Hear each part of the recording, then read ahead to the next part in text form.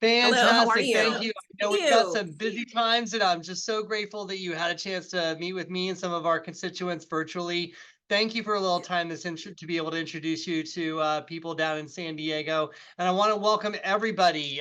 Thank you for joining. My name, of course, is Chris Ward. I had the honor of representing the 78th Assembly District in the state legislature, including Central San Diego and El Cajon. And just wanted to give you all a real quick update. We're up here in the state capitol in Sacramento. And since January, we've returned to the legislative session to work on carrying over some of the previous legislation that was not newly introduced and passing a few bills out to the Senate by the end of January. Now, this month of February has been research time because we're coming up on another deadline to be able to work on housing and climate and energy and budget and a lot of other ideas that we want to put into motion. But of particular importance, I want to be able to help to focus on your priorities this year.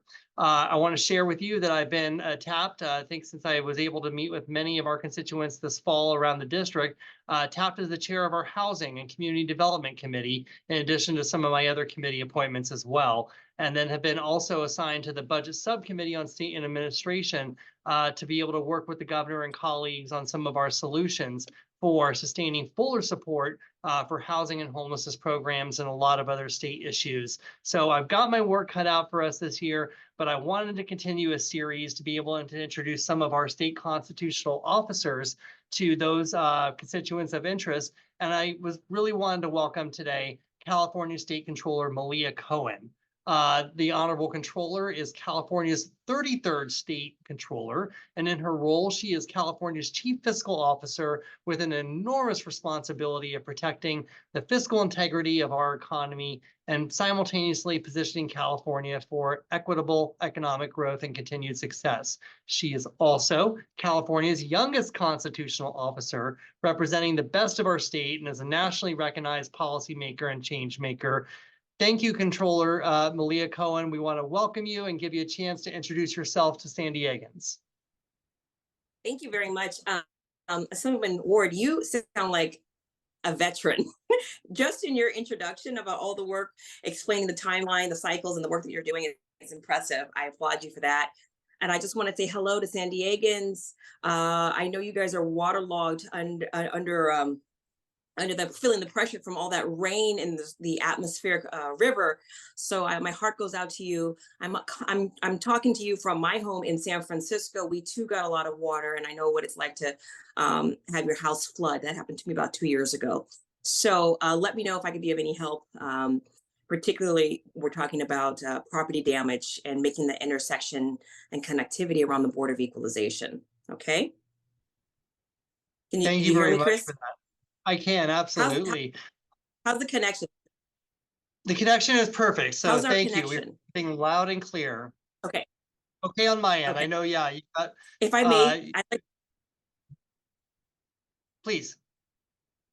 I was going to say, I just wanted to finish my introduction, just a little bit about my background that folks may not know. I grew up in I spent 8 years on the San Francisco Board of Supervisors, where I championed a variety of important policy issues, restricting the sales of flavored tobacco. Well, we took the soda tax to San Francisco voters that thus created clean water supplies for folks that are living in a food desert. We were instrumental in building public housing without displacing people, forcing them out of their homes. We also banished the sales of high capacity magazine for guns. So I did that for 8 years. I loved it. I loved every minute of working with constituents and San Franciscans. And then I say I graduated. So I did my 8 years, and then I moved to the State Board of Equalization, which is a property tax body that is representing 1/4 of the state of California. So that's approximately about 22 counties, 10 million people, where I specifically dealt with people homes were ravaged by fires or floods or even mudslides, and in helping them put their life back together, see if there's any tax incentives that we can help people utilize, making sure that seniors know about some of the tax benefit programs for seniors and their property tax deferment program. So there's a few programs that I hope to be able to tease out in our discussion today. And now I'm the state controller.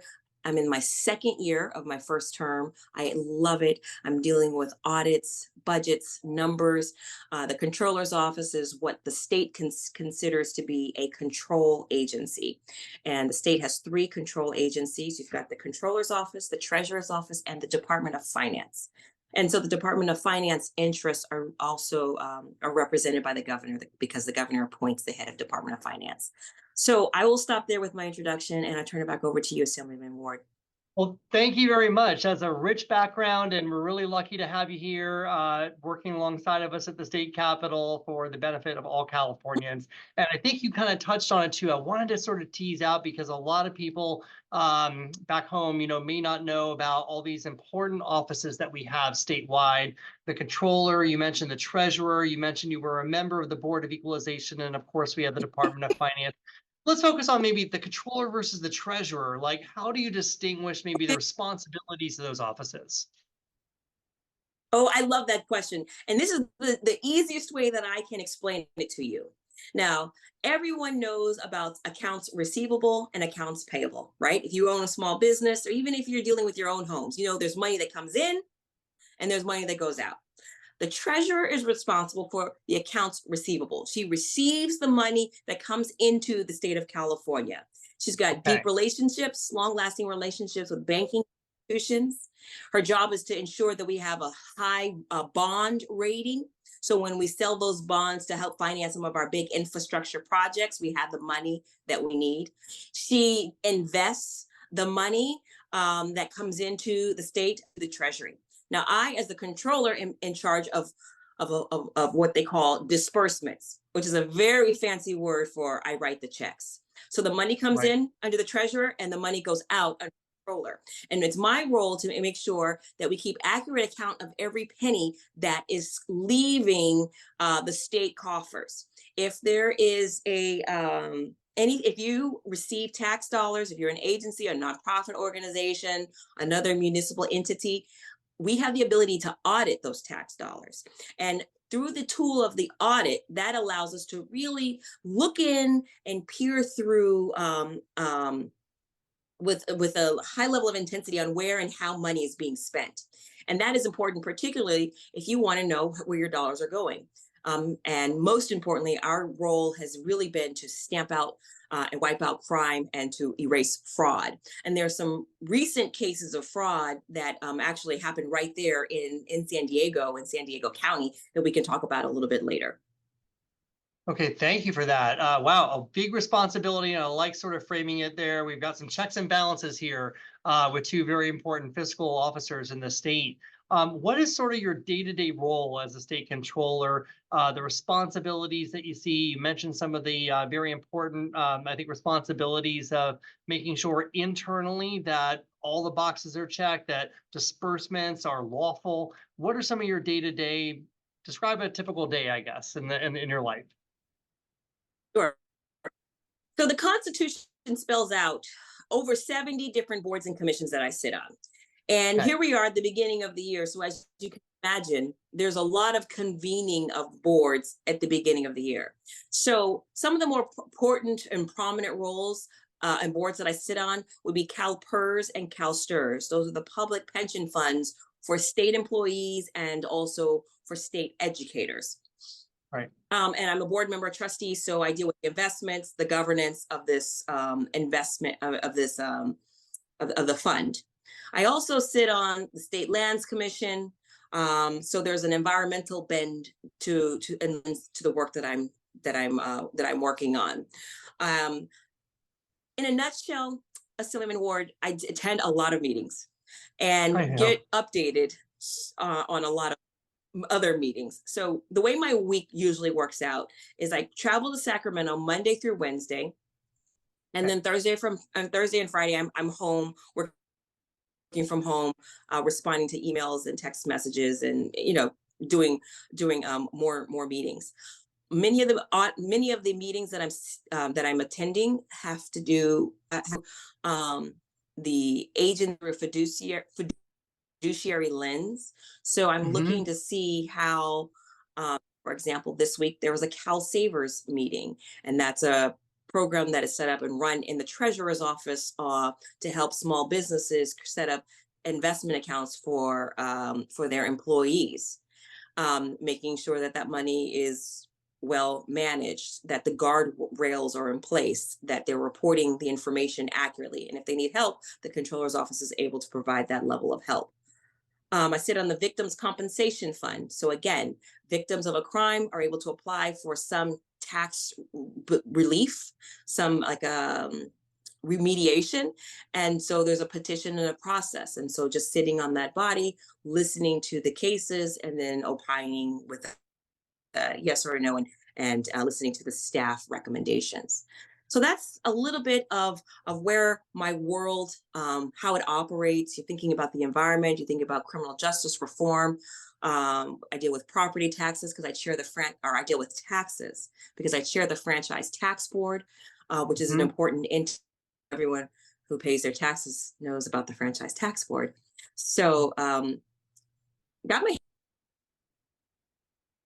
Yeah, a wide range of responsibilities. I share that a little bit, I think, with the role as a representative here in the assembly, with all of the meetings, all of the committee assignments, all of the work and obligations that we try to manage simultaneously. But I'm sure you come with some very talented staff support and subject matter experts that are able to help you in all these different ways, as well as you've largely responsible for setting up your office.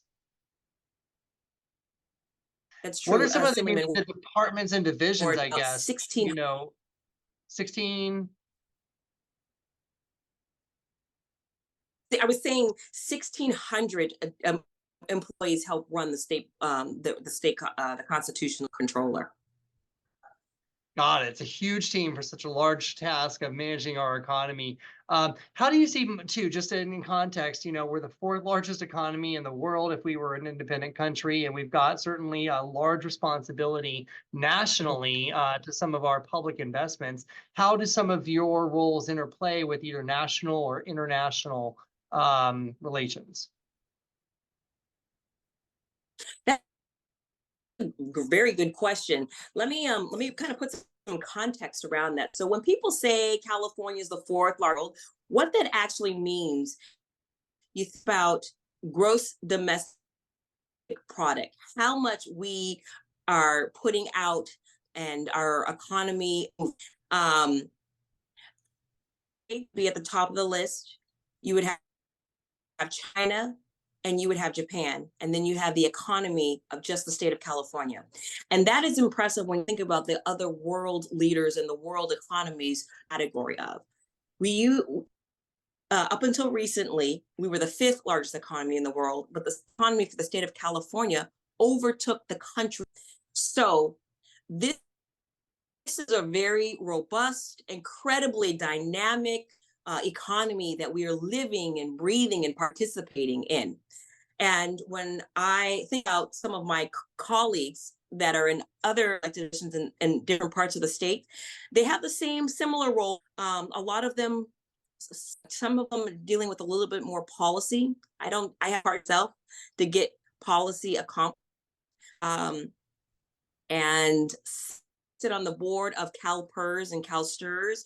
There are other fiduciaries that serve in other parts of the country that they themselves are the only trustee that is responsible for the investment, them and their investment team.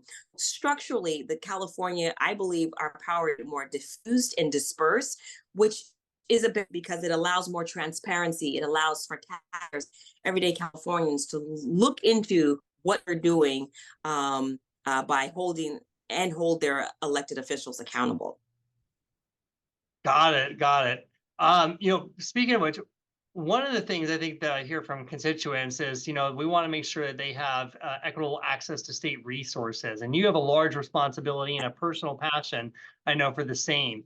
We've got communities that have been underserved. And in your time previously as a supervisor, as a BOE member, now the state controller, you've been working to uplift constituents and communities who have not always been able to achieve the same level of economic development. What are some of the things that really drive you, and what are you doing possibly through this office to achieve some of those outcomes? Well, what's always I campaigned on this, and this has really been a part of my core value since being elected and serving in public life, and that is really transparency and listening to people and then responding to where their needs are. So in 2022, when I was running, I talked a lot about equity. And this is a little bit of a new concept when it comes to the state controller's office. Now, you think of equity, you can think of it from a legislative office, right? Assembly, state senate. My perspective, when I think about equity, I want to make sure that you have access to the same information everyone else. Right. So we a lot of talking about our programs. For example, we administer a property tax deferment program for senior. There's a set of criteria that seniors must meet. If they're struggling to pay their property taxes, we can help them.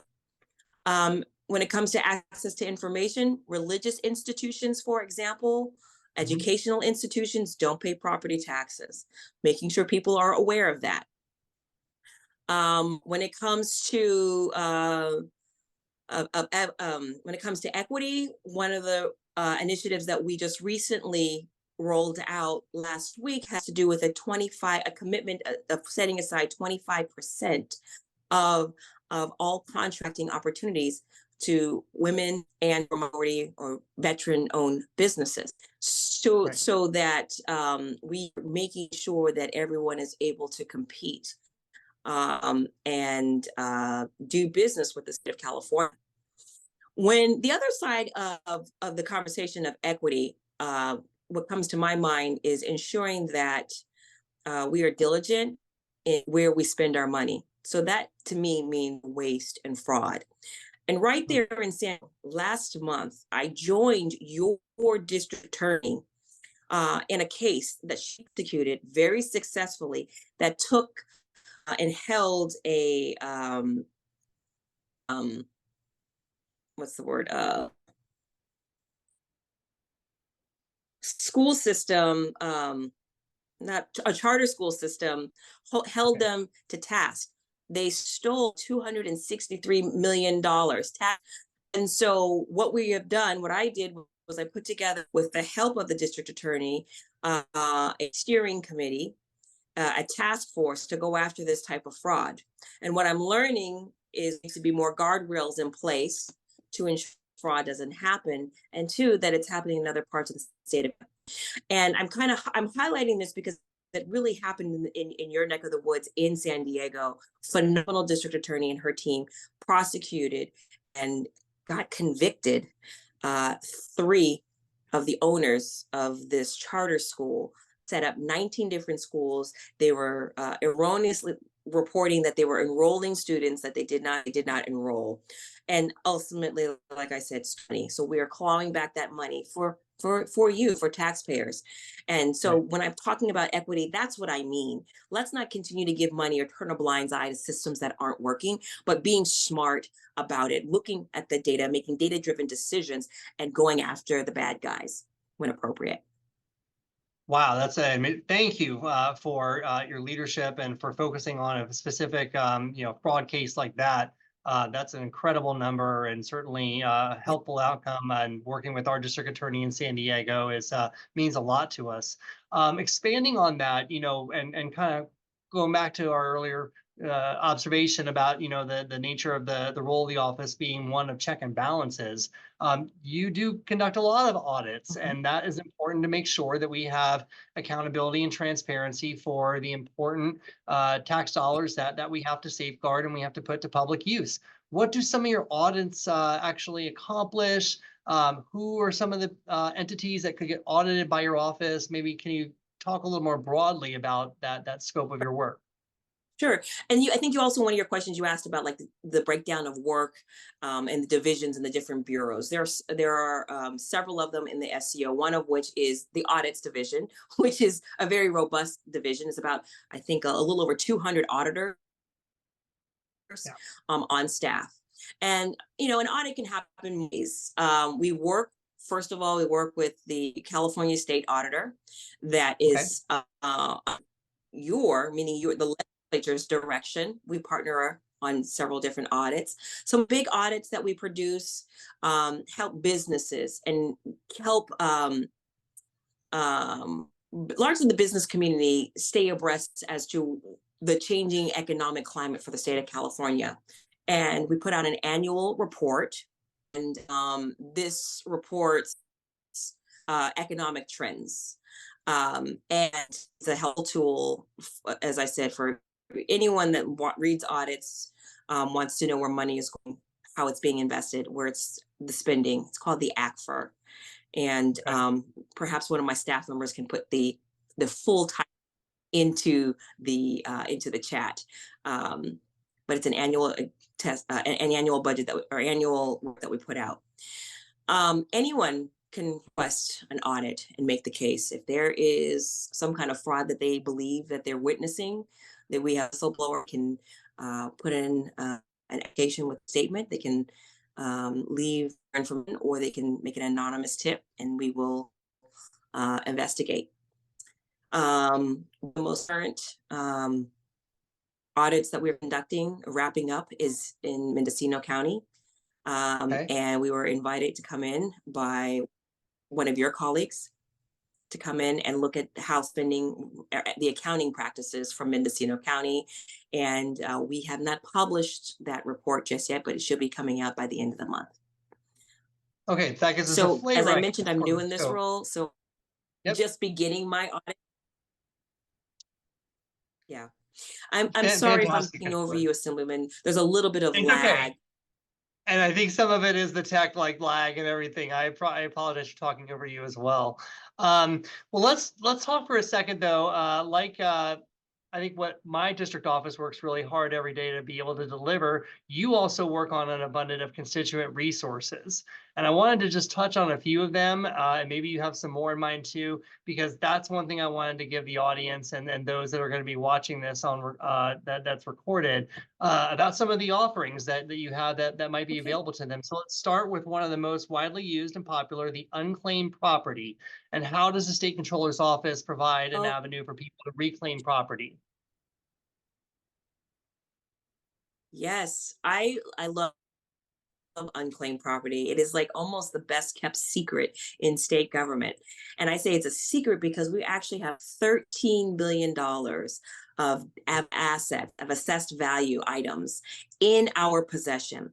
And so unclaimed property really is a division under the State Controller's Office where we hold lost money, right? And that nebulous term when you think about lost money. But let me give you some examples. Say you left your job and your job sent you in the mail, but arrived, or there was a disconnect. That lost money was then reported from your employer to the State Controller's Office, and we hold it until you come to collect. And in this collection, if you will, if you can imagine, literally and in this vault, there are gold bullion, there are silver coins, there are china, there's jewelry, there's stones that have been identified as diamonds. This is a really interesting portion of the Controller's Office. And our job is to help reunite people with their lost property. Some of it is cash, some of it could be stocks or bonds, and sometimes it's actually a tangible item. And the way people can find out if the state of California has anything that belongs to them is just simply go to claimit.gov, and you will put your name and identifying characteristics into search a database to see if there's any name on it. So for example, just last fall, I put my name in the SEO database and I found something like $50 from a deposit that I put down. I don't even remember. I don't know how I lost this money, but I learned recently that that there was some money there. And I'm going to tell you, Assemblyman Ward, that there are colleagues of yours that actually have money in unclaimed property. Now, I did run your name, sir. Sorry, you don't have any unclaimed property. But it's a fun game that I when I was speaking, I'll take some of the guests' names and run it through the database and let them know to do further investigation. Well, no, thank you for checking on that for me. I'll definitely pass that on to the family. I've been able to use the same for a neighbor who Yes. recently moved into the neighborhood, and it just came up. And the person had looked on the website, discovered that a previous place that they had rented, they had an overage, a small one, I think $30 or something, from a utility bill. And that was just, basically held. You were the steward of that money. And so they were able to get that refund and maybe enjoyed a nice Mm, lunch or something. That's You also have a property tax that's postponement right. program. Can you talk a little bit about that? Yeah. Yeah, I mentioned a little bit earlier in my remarks. It's a property tax program, but it's tailored for seniors. And seniors must live in their primary residence and just kind of demonstrate some hardship. And we will help them get on plan or spread out to help them pay their property taxes. Because what we don't want are for seniors to be displaced or to get too far behind in paying their property taxes. So this is a good program that we partner with actually the legislature, because we need the legislature to make the allocation, the budget allocation, so that we are able to support our California seniors with this special program. Got it. And then So you there's have to be a another certain, you it also, I think you have to be senior with you have to certain be, qualifications. and you also, it is also yes, there's certain qualifications. Also, this benefit also extended to, I believe it's the hearing impaired as well. Got it. And then there's something called probate referees that you help to promote. What exactly is that, and how does your office work with your counties to be able to provide that service? So a county has a certain number of probate referees, and probate referees assist the courts um, in in probate decisions. They're doing what's the word, the assisting them in the real estate. I'm losing my train of thought. Probate referees is Recent a highly sought transactions. after position. It's a paid position. Mm, Yes, exactly. They help with the real estate transactions and the assessment of the value of the property. And okay. it's something I think that people should look at too seriously. You can find more information as well as a video on the SEO website. The probate referees, there's a certain criterias that do exist. There is a written exam that you must pass in order to qualify for an appointment.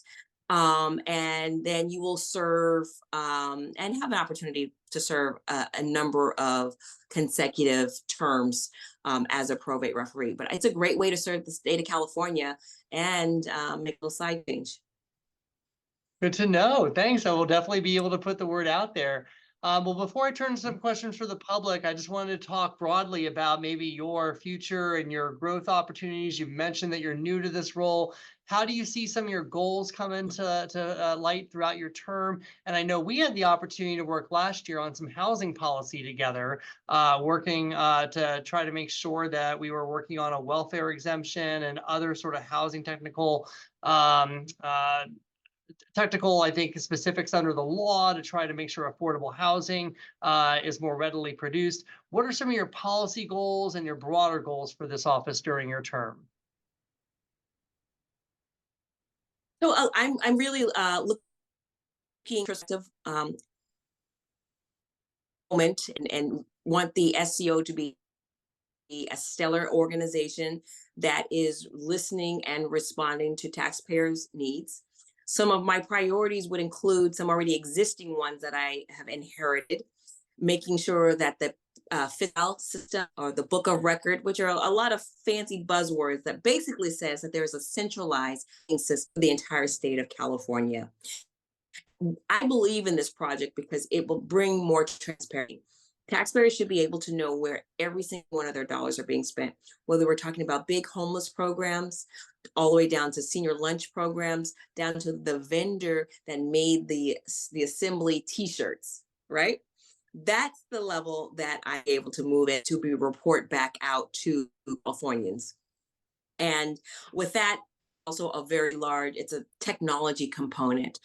So making sure that these large projects that have been underway since that actually started, these are called leg projects. They started into around 2011, seeing them to completion and Good. ensuring that the money that the legislature granted doesn't go to waste. So this is kind of like a nerd project, but an important one in the grand scheme when I think about the fiscal health of the state of California. So these two technology projects, fiscal, and the book of making sure that we are accurately recording and sharing information. A third priority is the Act for, which one of my assistants put into a link into the chat. This is the annual report that I mentioned earlier, making sure that report out is making sure that it's accurate and on time. We have had some challenges. When I say we, I mean the larger SEO that I inherited has had some challenges in turning around this information. And the challenges are really, if you can imagine taking a report, but their agencies and that have their own portion that they have to complete. So making sure that everyone has their portion complete before, so that we can compile it and then we can report it out, and thus reporting it out on time and making sure that it's digestible and that people can understand it. I want to make sure that they know that state government is working for them and how it's working for them. Well, thank you. We've covered a lot of ground and a lot of overview of the roles, and you certainly have a lot of responsibilities. We're grateful for your time tonight.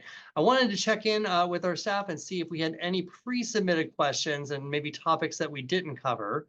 If Tiana or Dave had any input. If I can ask one that we got in our submission. Someone asked, does the state controller's office have public meetings? And if so, how do we find out about them? That's a good question.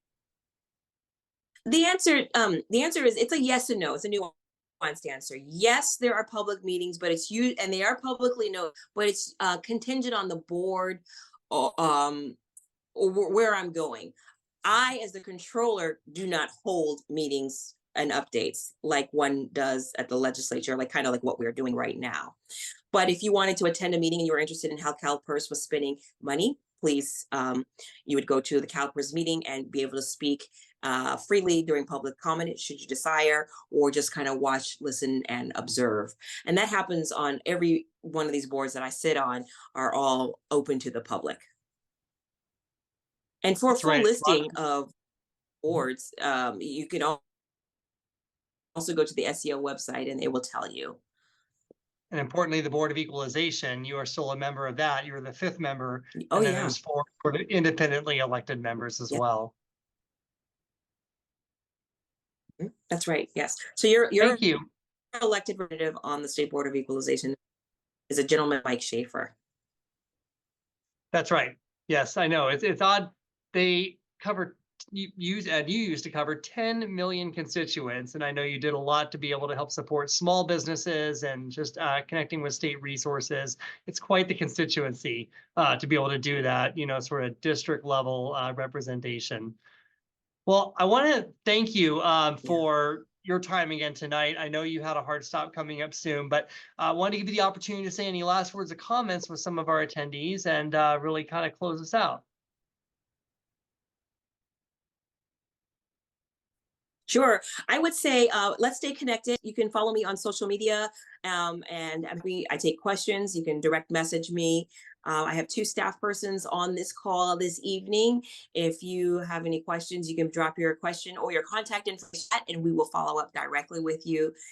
And Assemblyman Ward, I want to commend you. This is outstanding leader. I love this concept to be able to share with and introduce myself, but also share what we're doing in the controller's office. Perhaps maybe I can come back sometime next quarter or in the third quarter and share a little bit more about what's been going on.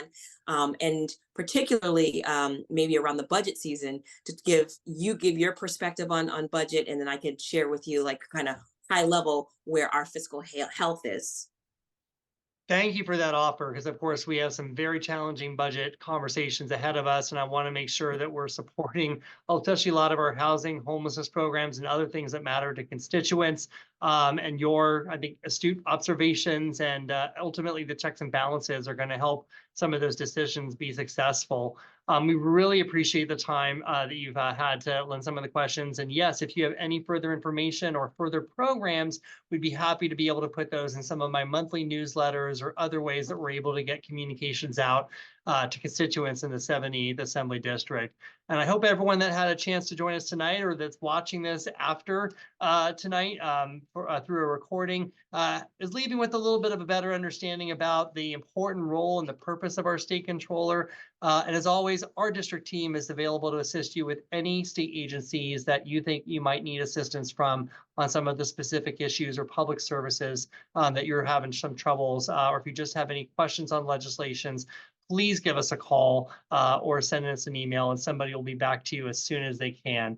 Controller Cohen, thank you again for being a part of this important forum here tonight. And I wish you all the hopefully good tidings and good good fortune here in San Francisco, as I know that we're still trying to get through this spat of weather that keeps coming at us. But we'll persevere, and we'll definitely be leaning on you for continued relationships to be able to work on the needs facing all of our communities. Thank you.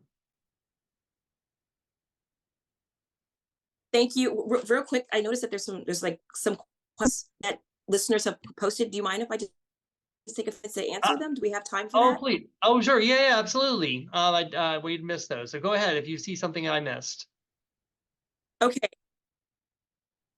All right. So Barbara Mitana said, as everyone knows, housing is a big issue around the state. Can you talk about the public affordable housing that was built? How was it financed? Was it successful? Okay. So Miss Barbara, thank you for your question. As the controller, I sit on 2 commissions that deal with tax credits. We work with affordable housing developers that was tax dollars to help them build their affordable housing projects. Like I mentioned, I'm a little bit new to this. So as far as I can see, yes, these projects that I have voted on last year, they are moving, and they are housing projects to have a priority and getting built. So we are moving with urgency to build more. What's important to note is that we are building housing in the entire state, not just in concentrated urban areas as well as suburban areas. The another question is there's anonymous saying that they're trying to claim 2 cash amounts listed in their deceased father's name, who passed away in 2019. What I suggest to this person is to contact the office directly.